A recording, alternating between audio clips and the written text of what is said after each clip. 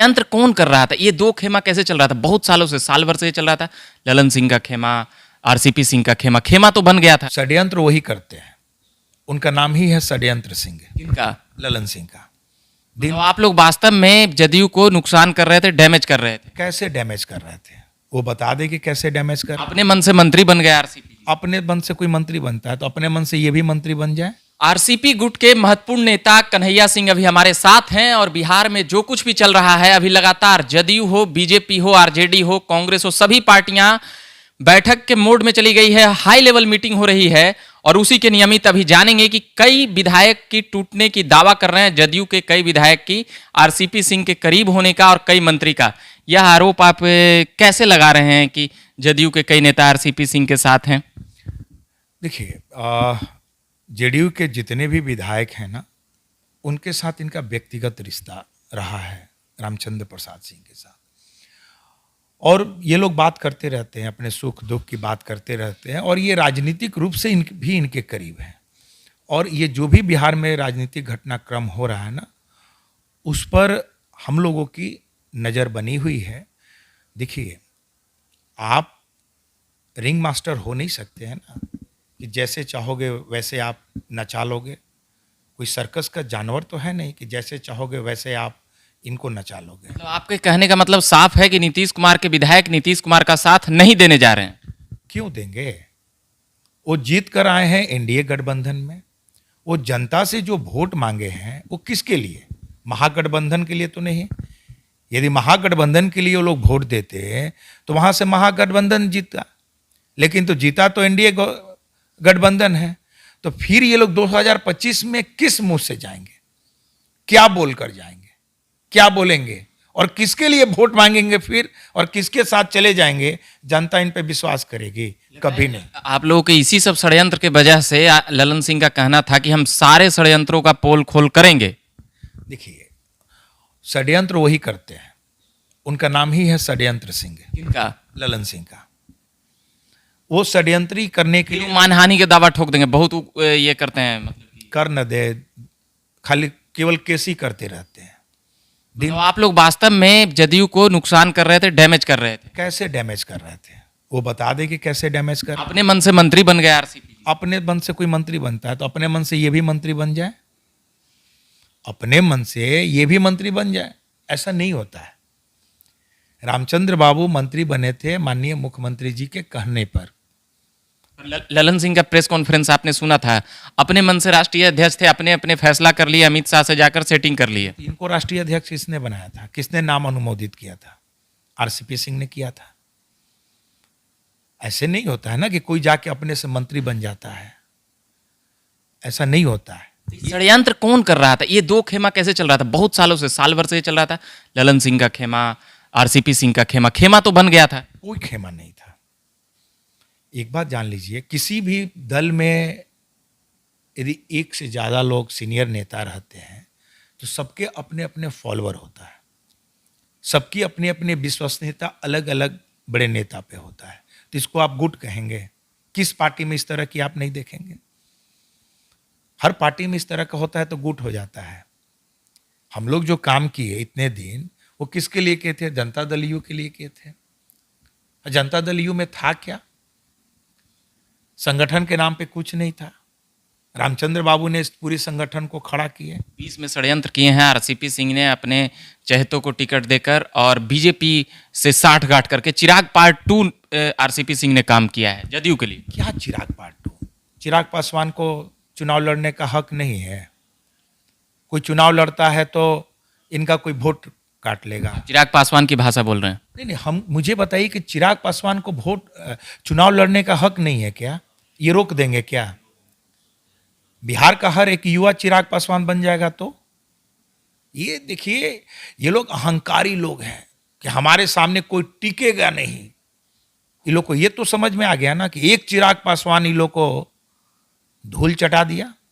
यदि एक से ज्यादा चिराग पासवान हो जाएगा तो 3 पर आ जाएंगे कि नहीं है? मतलब आप ये मानते हैं चिराग एक बड़ा फैक्टर था? ये तो ललन सिंह भी बोल रहे थे, मगर क्या चिराग, अब आपकी भाषा शैली से लग रहा है कि चिराग पासवान से आरसीपी सिंह की कहीं ना कहीं करीबी थी, साठगांठ थी।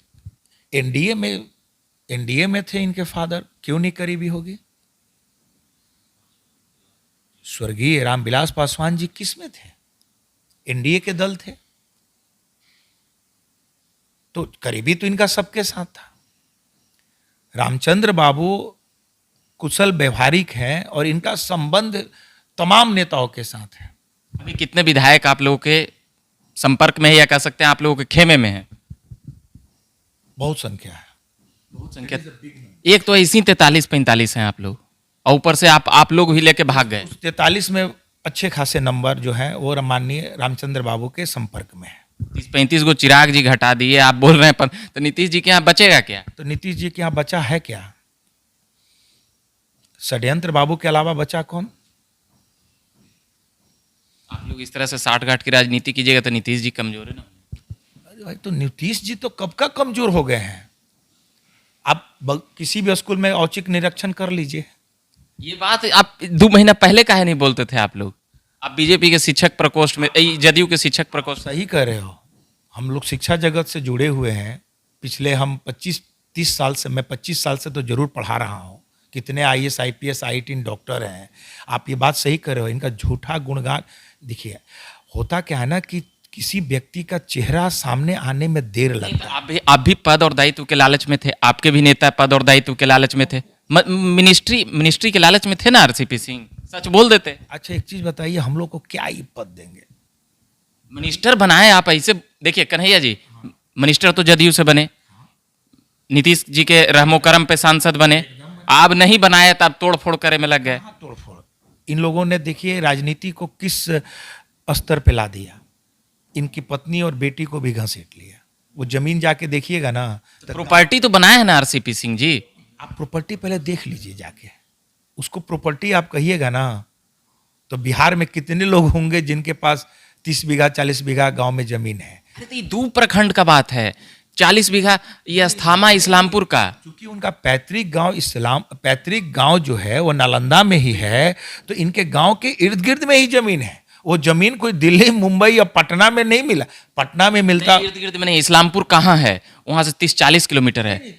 हम भी नालंदे से आते हैं। आप भी नालंदे से आते हैं। ये रहुई प्रखंड का है, इस्लामपुर में कम है, अस्थामा में जमीन है। तो ये जमीन आप भी जानते हो कुछ जमीन की कीमत क्या है। कोई जमीन का आपका 4 लेन पे है, आप जाके देखिए ना। कुछ जमीन तो बदलेन किया गया है। उस जमीन की कीमत सेटिंग गेटिंग से नहीं, उस जमीन की कीमत आप मुझे बताइए। क्या पटना अध्यक्ष रहे हों तो किसी को टिकट के अथी में या ये सब आरोप तो जदयू के लोग अब लगा रहे हैं ना। ये होता तो दिखाते ना कि इसको टिकट मिला है, इसका जमीन है। आपको लगता है कि ये षड्यंत्र से? विपक्ष के नेता भी पहले RCP टैक्स कहा करते थे, इसको लेकर क्या कुछ कहिएगा? गंभीर RCP टैक्स तो बदनाम करने के लिए। वो कहाँ RCP टैक्स गया? किन लोगों ने की? वो इनके इधर के भी लोग किए, उधर के भी लोग किए। कहाँ है RCP टैक्स? अच्छा एक चीज बताइए, माननीय मुख्यमंत्री जी के साथ ये 25 साल रहे। यदि ये भ्रष्टाचारी है तो मुख्यमंत्री जी कैसे? क्या पहुंचता होगा? जदयू जिस हिसाब से आरोप लगा रही है तो RCP सिंह लेते होंगे, तो ये मतलब सीधे आरोप नीतीश जी पर भी लग रहा है। लग रहा है ना। और तो नीतीश जी काहे नहीं इनको हटा दिए? पहले क्यों नहीं हटा दिए? कह रहे हैं ललन सिंह का कहना है कि 20 ऐसा कितना अधिकारी 20 को घूमता था आगे पीछे। सोच लिए IAS ऑफिसर का क्या उनके नजर में क्या स्तर है। घूमते थे ना, साहब करते थे बाबू। इसीलिए बिहार के सारे युवा पढ़े लिखे युवाओं को क्या चाहिए? सम्मान। अब बताइए, ऐसे ऐसे लोग सम्मान, इस तरह का सम्मान देंगे तो कोई पढ़ा लिखा व्यक्ति बिहार में रहेगा क्या? नहीं रहेगा। ये लोग शिक्षा के विधायक का बयान है कि मतलब खुद राष्ट्रीय अध्यक्ष ने बोल दिया कि लगभग 20 ऐसे कितने अधिकारी काम किए होंगे, मगर ये ज़्यादा चापलूसी चाटुकारिता करते थे करीबी आने के लिए। सर दिन भर ये माने आप ये मानते हैं ना कि नीतीश कुमार का जो चापलूसी करेगा वो मंत्री बन जाएगा? ये तू मान लिए? यानी मेहनत के बल पे नीतीश कुमार आगे नहीं बढ़ाते हैं। देखिए जितना आरोप ये रामचंद्र बाबू पे लगाएंगे ना, उतना ही आरोप ये अपने नेता पे भी लगाते जा रहे हैं। ये लोग ना अहंकारी हो गया है, एकदम अहंकारी है। और संगठन के नेता कभी रहे हैं क्या ललन बाबू?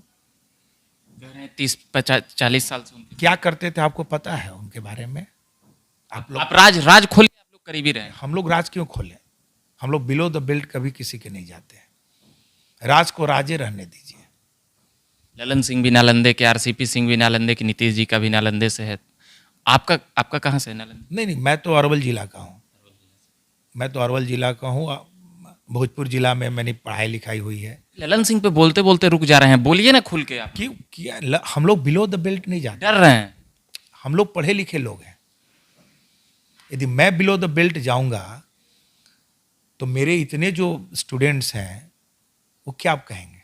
हम लोग के भाई जबान पे हम लोग शिक्षित व्यक्ति हैं ना। हम लोग का जो संस्कार मिला है वो अलग संस्कार है, उस संस्कार विहीन नहीं है हम लोग। मतलब आपके कहने का मतलब हुआ नीतीश कुमार, ललन सिंह, जदयू संस्कार विहीन हुए। तो है ही, संस्कार विहीन हो ही गई है। आप व्यक्तिगत रिश्ते को ताड़ ताड़ कर देंगे, यही राजनीतिक है। और यही युवाओं को राजनीति का पाठ मैं पढ़ाऊंगा। ऐसी राजनीति करना मैं छोड़ दूंगा। लेकिन छोड़िएगा तो गड़बड़ा। बीजेपी के साथ आप लोगों का क्या टाई अप चल रहा है? बीजेपी के साथ टाई अप तो हम लोग का बहुत पहले से था ना। जेडीयू पार्टी का ही बहुत पहले से टाई अप था। पहली बार मुख्यमंत्री इनको किसने बनाया? बीजेपी ने बनाया। पहली बार रेल बात कहाँ माने नीतीश जी का? नीतीश जी ने कहा था 2019 लोकसभा में कि हम सरकार में शामिल नहीं होंगे बीजेपी के साथ। आप लोग चल गए उधर भी। नहीं, हम लोग कहाँ चले गए? आप 19 में हम लोग कहाँ वहां सरकार में शामिल हुए थे? 21 में ये कहे तभी ना। आपको लगता है कि नीतीश होंगे? आप भी बोल रहे हैं। नहीं, 21 में यदि वो बीजेपी को फोन करके कह देते कि रामचंद्र बाबू को मंत्री मत बनाए तो बन जाते हैं। आप लोग भी पत्रकार हैं तो आप लोग भी तो समझ रहे हैं ना। हो सकता है पूरा उस समय नीतीश जी सोचे होंगे कहीं नहीं वो पाला में चल जाए। नहीं, वो पाला में कैसे चले जाते हो? वो पाला में कैसे चले जाते? कितना में सेटिंग गेटिंग किए हैं आप लोग बीजेपी से? सेटिंग गेटिंग किस चीज के लिए? सेटिंग गेटिंग आप बताइए ना। पद हो, विधायक हो, ये किस चीज के लिए? कोई सेटिंग गेटिंग नहीं। आरसीपी सिंह ने बीजेपी से सेटिंग गेटिंग की है। एक चीज बताइए आप, मुझे नहीं पता कितने दिन से पत्रकारिता करते हैं। सेटिंग गेटिंग में नीतीश कुमार माहिर है कि और को बिहार में सबसे ज्यादा माहिर कौन है सेटिंग गेटिंग में? ये तो पूरा हिंदुस्तान जानता है, अमित शाह, नीतीश कुमार, ये सब का नाम। नहीं, अमित शाह को तो छोड़ दीजिए ना, लेकिन सबसे ज्यादा बिहार में सेटिंग गेटिंग करने में कौन माहिर है?